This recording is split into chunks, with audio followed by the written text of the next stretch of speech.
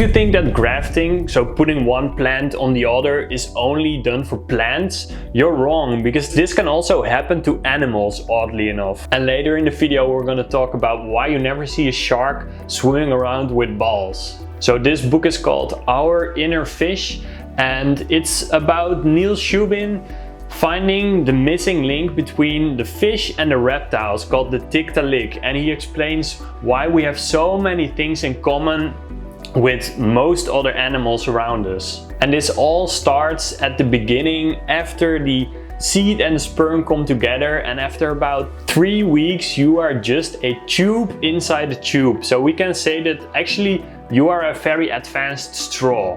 And we share this with every other animal that has a backbone, like fish, turtles, rabbits, monkeys, all of these. So what's really interesting is that if we compare embryos of a rabbit or turtle or a human, we will see that they all start pretty much the same. They all look like little tubes, they all have gill arches, and they all have like tiny spines. And these gill arches are blobs that you form that later turn into your face. So one example of this is that the little bones that we have inside of our ear, these actually turn into parts of the jaw for reptilians or fish. So this book really showed me that we are all created of the same building blocks, but they are just arranged in different positions and different forms. This is also why some scientists say that when we have hiccups as humans, it's actually the tendency for us to get more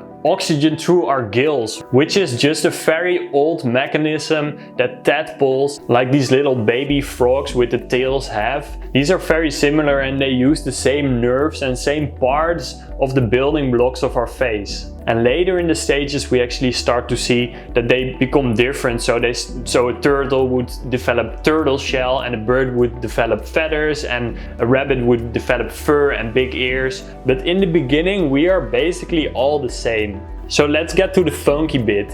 In 1920, Hilda Marigold looked at the embryos of salamanders, or the very early stages of salamander cells, and she cut off a very small part of them and she planted them onto another clump of cells. And what she later found was that this lump of cells that she latched onto it, like an apple twig put on a different tree, they actually grow into a complete organism. So they had two salamanders connected to each other. And this was one of the most important findings in research about embryos. This little piece that she cut off was called the organizer, and it gives directions to this very early lump of cells that later grow into the whole organism. Alright, let's get to the next part, which I remembered for a long time.